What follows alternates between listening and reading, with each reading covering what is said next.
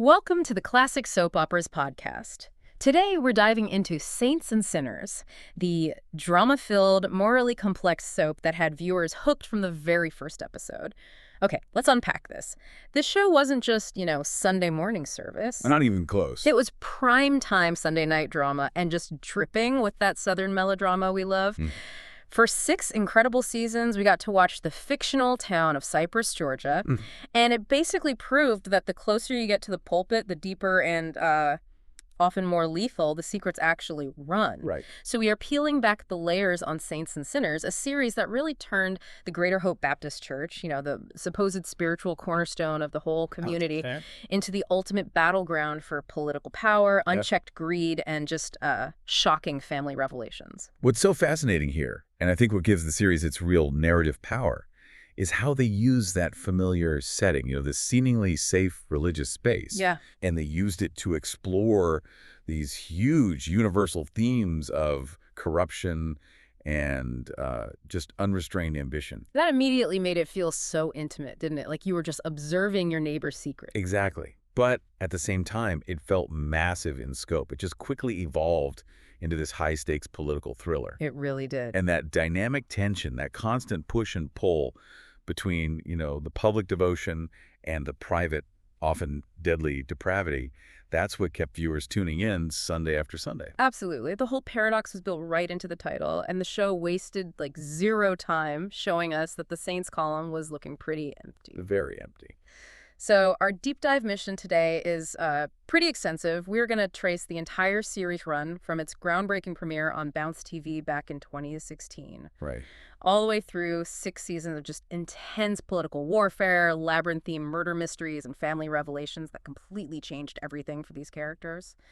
And we have to analyze how it all wrapped up, because it culminated in one of the most memorable and, I think critically, one of the most morally complex final twists in recent TV history. A twist for the ages. To really get the gravity of Saints and Sinners, we have to start with its debut, because its success wasn't just a win for the show. It was a watershed moment for its whole network. It was. The series premiered on Bounce TV March 6, 2016.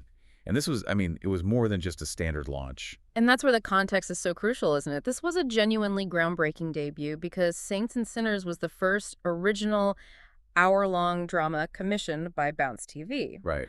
Before this, the network, which is African-American oriented, had really focused on original sitcoms or, acquired content. Yeah, mostly comedies. Exactly. So launching a complex, serialized melodrama like this was a huge creative and financial gamble. It signaled a real serious shift in the network's ambition. And that gamble paid off. It paid off almost instantly. The series was produced by Swirl Films, and it just immediately found its niche. That Southern melodrama sweet spot. The perfect sweet spot. But with this, heightened sense of modern scandal and intrigue, it ran a healthy 6 seasons, 49 episodes total, before it wrapped up on May 22, 2022. And filming in Atlanta, Georgia was just a genius move, wasn't it? Oh, absolutely. It lent itself perfectly to that rich, intense, almost humid Southern Gothic atmosphere that you just need for this kind of soap opera. Totally. So the core premise, it sets the stage for betrayal from the very first scene. We're dropped right into this fictional town, Cypress, Georgia, and the entire social, spiritual, and political world just revolves around the members and, the power players of the Greater Hope Baptist Church. And while this church is supposed to be the moral center of the town, right, the source material is very explicit. It tells us the town itself has been utterly swallowed up by greed, lust, and deceit. So the sanctuary is really just a gilded cage for their sins. Precisely. And the central conflicts are so carefully crafted to orbit the destiny of these key, highly ambitious figures who are all just vying for control. Control of Cyprus, or at least control of Greater Hopes, huge influence and wealth. Exactly. So we meet Pastor Darrell Green, who's trying, and often failing, to guide the flock. Then there's Miles Calloway, the talented but really conflicted choir director. And then, anchoring the whole thing, is the incredibly powerful figure of Lady Ella Johnson. You realize so quickly that the church is less a spiritual sanctuary and more a political headquarters, you know? Oh, yeah. Where alliances are forged in secret and then just completely broken in public? We should probably place it in the broader industry context for a second, especially for anyone listening who loves those primetime soaps about faith and family legacies. Good point. Saints and Sinners was almost immediately compared in the media to the Oprah Winfrey Network's hit drama Greenleaf. It was. And that show was similarly set in a powerful church. It dealt with family secrets. And it was also produced in Atlanta during the exact same period. They were basically fighting for the Sunday night crown of church-based melodrama. It's an interesting comparison because, while they both shared that core setting, that powerful, often corrupt world behind the church doors, Saints and Sinners just leaned in hard and fast. Right. It went for the high-octane, almost campy aspects of traditional soap opera. Yeah. We're talking immediate murder, constant blackmail, political assassinations right from the very start. Whereas Greenleaf was maybe a bit more focused on the quiet familial trauma and spiritual reckoning. Exactly.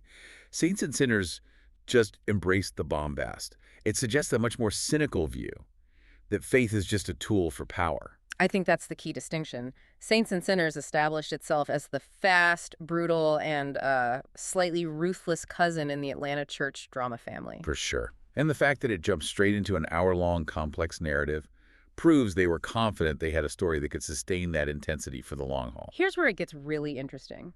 To understand the 6 seasons of chaos, you have to understand the people who orchestrated it. I mean, let's meet the forces that just clashed violently in Cyprus. The series revolved around this core group whose personal lives and public identities were constantly, aggressively at war. And if the church was the setting, these people were the explosive devices just waiting for a political rival to light the fuse. Absolutely. So we have to start with the central, unwavering figure, the indomitable Lady Ella Johnson. Played with just incredible magnetism by Vanessa Bell Calloway. She anchors the entire series. She really does. She begins as the First Lady of Greater Hope Baptist Church, which is an influential position on its own. Right. But her ambition is, well, it's boundless. Her personal arc is just a masterclass in survival and this ruthless quest for secular power. Which eventually sees her go from spiritual leader to the mayor of Cyprus. She's the ultimate, pragmatic villain protagonist. Ella is the ultimate political maneuverer, the chess master who never stops calculating. But as you said, every queen needs a rival who can match her intensity. And she had a formidable one. A complicated one. Rex Fisher, played by Clifton Powell. Rex is Ella's ruthless rival and a powerful, deeply connected local businessman whose operations are, let's say, decidedly criminal. Oh, yeah.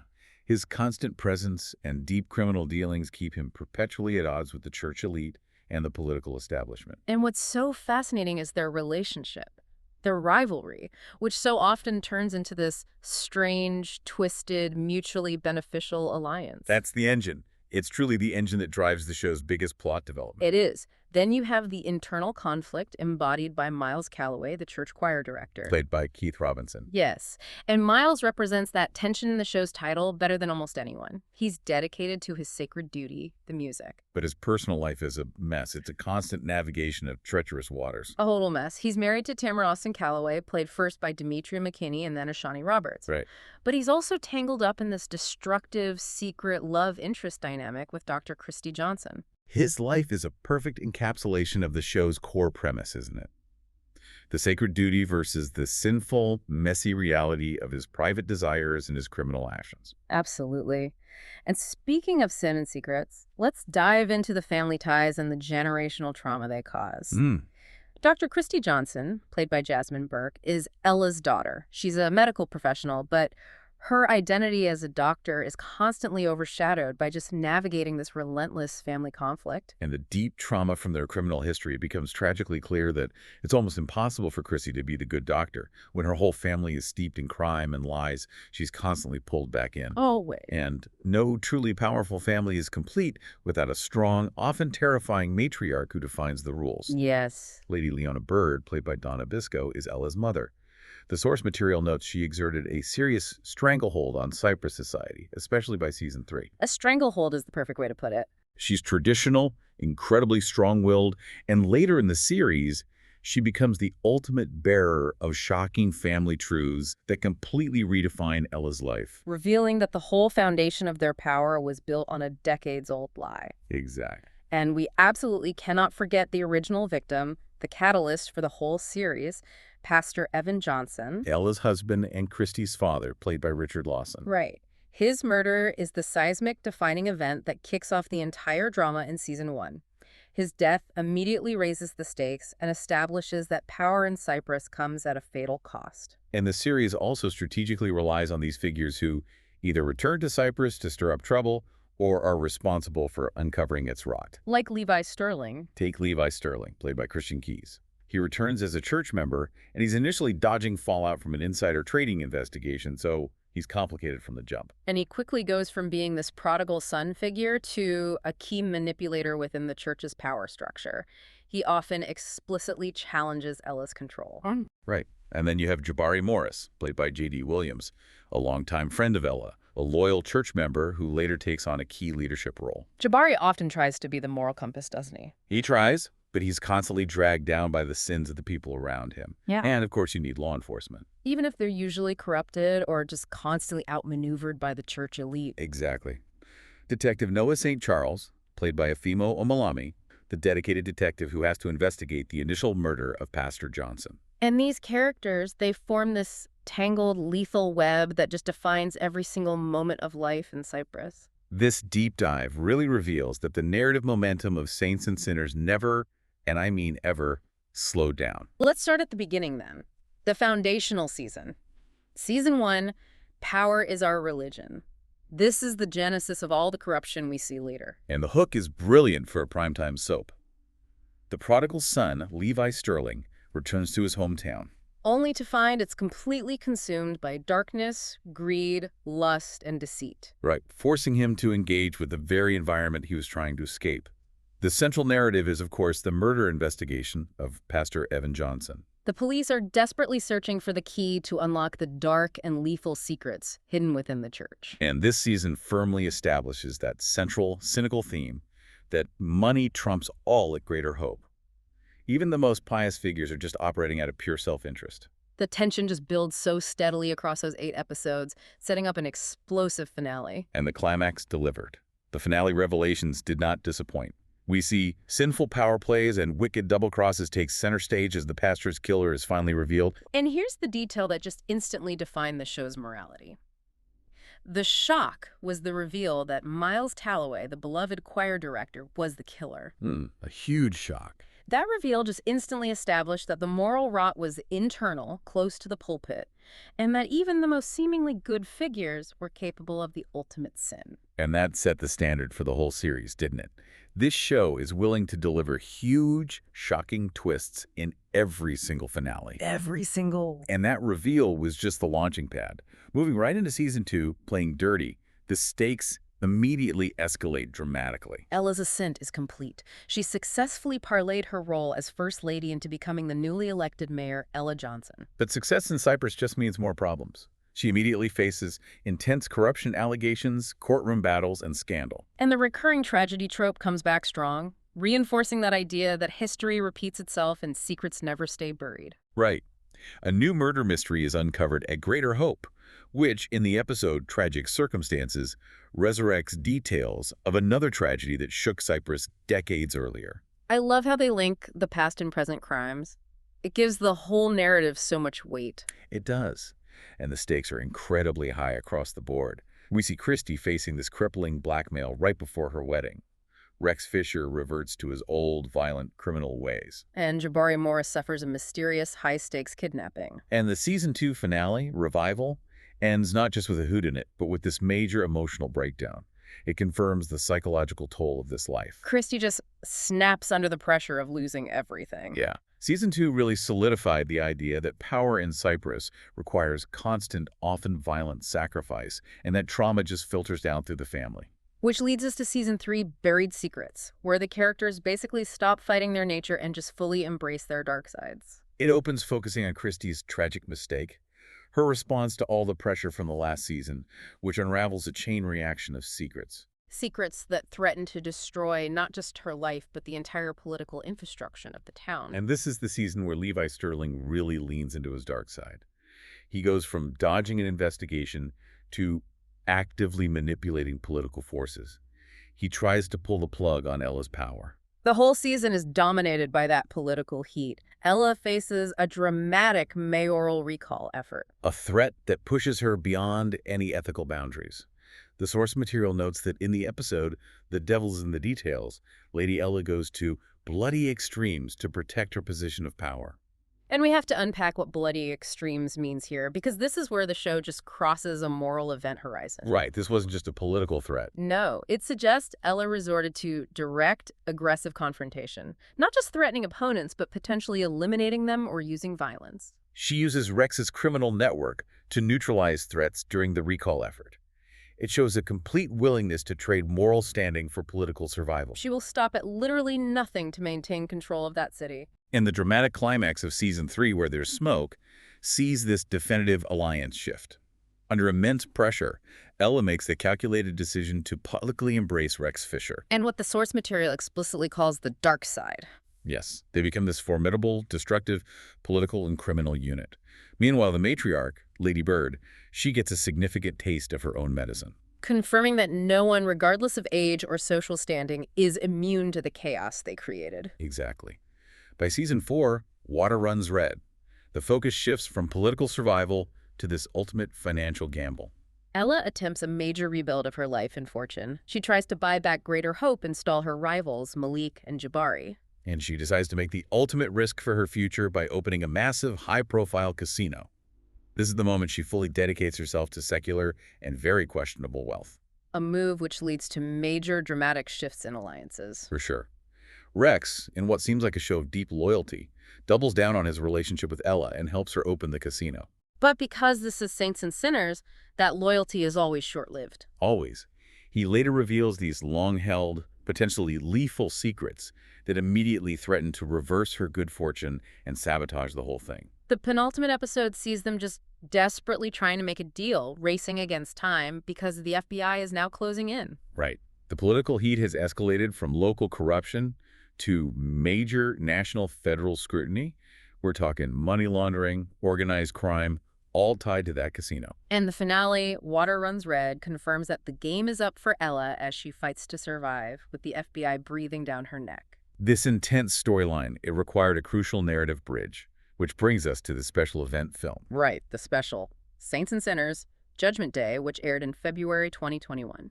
And this was such a critical made-for-TV film because it expertly chronicled the events right after the chaos of Season 4, bridging the gap to Season 5. The plot focused on the matriarch, Lady Bird, just wreaking havoc in the wake of all this destruction. While Ella desperately tried to clear her name regarding Malik's murder. And true to his nature, Rex dropped yet another major bomb on Ella. Just to ensure she could never fully escape her association with him. Exactly. And that sets the stage perfectly for Season 5, Immaculate Deception, which is all about shocking family secrets and highly destructive paternity revelations. The fallout from Malik's death brings a new, formidable, and really dangerous villain, his father, Victor Thompson, to Cyprus. And Victor is armed with a major revelation. He quickly gets this psychological hold on Ella, leveraging what he knows against her. The core revelations in this season are just massive. They affect the very foundations of the Johnson family. Lady Bird, seeing her opportunity, finally tells Ella the decades-old truth about her own parentage, a secret that just destabilizes Ella personally and politically. And at the same time, Rex confronts Stacia about her child's true paternity. A secret that just erupts dramatically and publicly during a baby shower in the episode From Here to Paternity. Of course it happens at a baby shower. It has to. And just when you thought the drama couldn't get more personal, the show dives into truly heinous organized crime. The person behind the horrifying organ trafficking ring is revealed in the finale. You have to choose one. Confirming that the evil in Cyprus extended far beyond local politics and into global systematic crime. Finally, we get to Season 6, My Soul to Take, the definitive final reckoning for all the main characters. And the season starts with incredibly high stakes. It confirms the immediate fallout of the last finale. 5 months later, Angela's missing. Miles is in a coma. And Rex has been framed for a crime he may or may not have committed. The betrayals and confessions just come relentlessly. In the episode I Did It to Survive, Rex, cornered and desperate, admits to Jabari that he killed his father. And that deeply personal confession is immediately followed by Levi, who has been quietly gathering evidence this whole time. Publicly exposing Ella's past murders and cover-ups throughout the entire series run, which leads to her very public and shocking arrest. The dominoes are just falling for everyone. The final dramatic episodes, Deliver Us from Ella, and the series finale, My Soul to Take, are just a non-stop escalation. Ella attempts a desperate flight from justice, Miles is abducted, and nearly causes a catastrophic crash leading to Josie's death. Ray betrays Levi. The true climax is that final, violent showdown between Rex, Ella, and Ray, which results in Ray's death. And in this moment of just bizarre, complex absolution, Lady Bird, who needs a life-saving transplant, receives Ray's kidney. And Jabari, having learned his own father was an informant, forgives Rex for killing him. I mean, morality has completely twisted in Cyprus by this point. Completely. But the ultimate payoff, the legacy-defining moment, is the series' final scene. Yeah. Ella leads the police to her location and seemingly dies in a massive house explosion. A fiery conclusion that suggests, justice has finally been served. But the final, shocking, and morally profound moment of the entire series reveals that this master manipulator survived the blast. She faked her death. She faked her death and is seen, finally free, on a remote island with Rex, living what the show implies is their version of happily ever after. It is the ultimate statement on the show's deeply cynical, dark morality. It is. That ending just forces us to ask, so what does it all mean? The series constantly played on the tension between the title saints and sinners. We watched characters use the visible facade of faith, the church, the choir, the political office, as this sophisticated mask for utter ruthlessness. The thematic layers are so deeply and cynically interwoven into the very foundation of Cyprus. That foundational duality of faith and crime is the show's genius. The entire setting is the Greater Hope Baptist Church, yet the plot is driven relentlessly by escalating crime, blackmail, corruption, and massive cover-ups. The very place where people are supposed to seek salvation becomes, effectively, the headquarters for all the town's evils. It highlights such profoundly cynical view of institutions and their leaders. As we saw established as early as Season 1, the explicit theme is how money and power just trump all spiritual concerns at Greater Hope. Right. Ruthless ambition and secret alliances constantly blur the lines between good and evil. It's even in the episode titles like, Even the Devil Was an Angel. And this internal struggle is just constantly manifest in Ella's choices, forcing you, the viewer, to confront her methods. Her political career is just repeatedly marked by having to choose between saving loved ones, usually her daughter, Christy, and taking down rival crime rings like we saw in Season 6. Every moral choice leads to a practical, often illegal consequence necessary for her survival. She embodies the necessary evil needed to dominate Cyprus. And if we look deeper, another core theme is just the relentless pursuit and preservation of power, no matter the cost. Lady Ella Johnson's arc is a definitive masterclass in political maneuvering. It just shows the transactional nature of authority. We track her transition from the influential First Lady wielding moral power to the mayor wielding secular legal power, and she's constantly navigating threats of recall, legal trouble, investigations. Like the FBI closing in during Season 4. Her journey just demonstrates that the fight for power is never ending. It really is. And the sources refer to this concept of the first family emerging, especially in Season 2, which highlights the immense political and social authority figures like Ella and Rex hold. They're not just powerful people, they are the governing authority, even above the police. Exactly, and this power struggle wasn't just verbal or political. It involved literal, brutal violence, like Rex and Jabari's physical struggle in Season 2. And Ella going to those bloody extremes in Season 3 just to keep her position. The violence is a necessary component of control. I think the most tragic theme, though, is the recurring use of family as collateral damage in that pursuit of power. Yes. The complex, often toxic relationship between mother Ella and daughter Christy is constantly tested and strained by Ella's political ambition. And the devastating secrets that accumulate around them.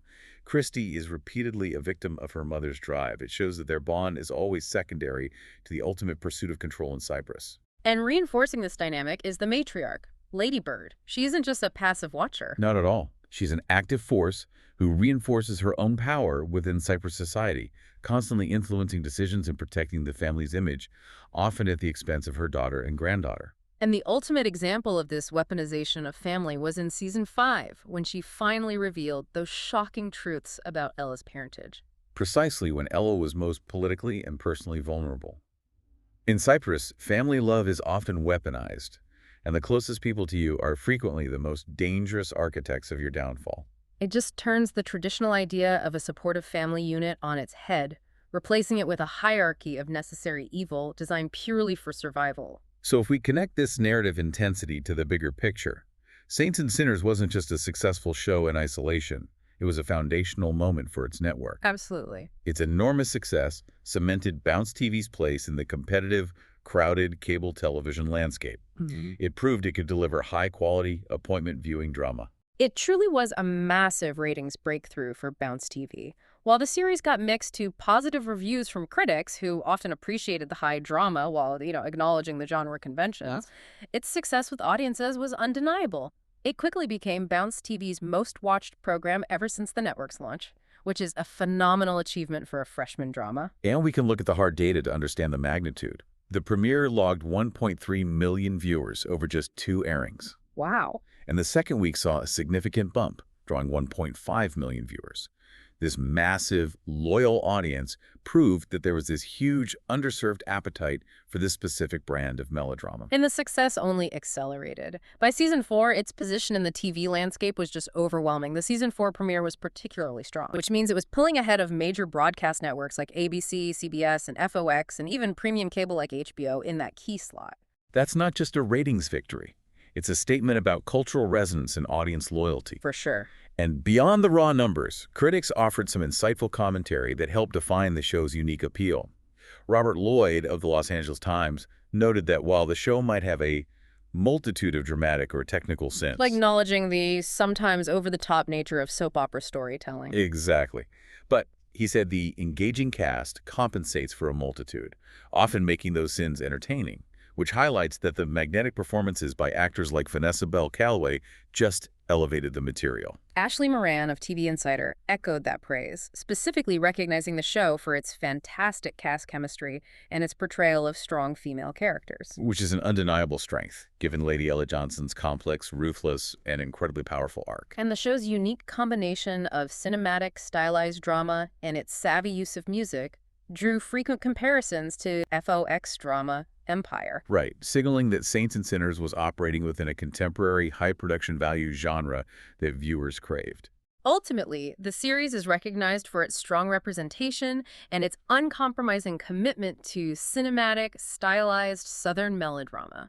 It proved that a network could build its entire flagship identity and audience base around a sophisticated, sprawling soap opera narrative that didn't shy away from dark themes or complex, often anti-heroic protagonists. So we have covered 6 seasons of manipulation, calculated murder, high-stakes alliances, and generational secrets, all centered around a single, highly corrupted church in Cyprus, Georgia. And this deep dive confirms that the central theme held true right up until the final second. In this world, the line between saints and sinners is not a boundary to be respected, But a constantly revolving door. a revolving door that every character willingly stepped through, often multiple times, to achieve their goals. The show's lasting influence lies in its masterful ability to sustain an intricate, high-drama narrative while constantly raising the stakes. That really does. We saw the series evolve so rapidly, from a relatively simple single murder investigation in Season 1 to massive, sprawling plots involving organ trafficking rings in Season 5. And culminating in political escapes, public arrests, and an explosion in the final season. It proved that compelling, character-driven, and slightly audacious melodrama could draw massive, loyal audiences and become the defining hit for its network. And you have to reflect on that audacious ending because it is the show's ultimate legacy and moral thesis statement. It is. The final revelation that the ultimate power couple, Ella and Rex, the 2 characters who committed the most heinous acts, lied the most, and survived the most scandal. And literally escaped their sins to live happily ever after on a faraway island. Yeah. It's the final ultimate statement on the show's dark anti-establishment morality. The devil gets his due, but in the world of saints and sinners, sometimes the devil also gets the idyllic beach house. And this raises an important question for you to consider. It's the key question this series leaves behind. After witnessing 6 years of manipulation, confession, and utter chaos, and given that final twist where the two most powerful, most destructive sinners get away clean and find paradise. Did Ella and Rex's decision to fake their deaths and escape prove definitively that in Cyprus, Georgia, the sinner always wins? And perhaps, more unsettlingly, did the audience want them to? A truly provocative thought worth mulling over until our next deep dive. Thank you for joining us for this extensive exploration of saints and sinners and the dark heart of Cyprus. If you enjoyed hearing about the explosive drama of Cyprus and the dark secrets hidden beneath the veneer of greater hope, please consider liking, subscribing, and commenting. Your feedback helps us determine what secrets we should uncover next. Let us know, what classic soap should we explore next?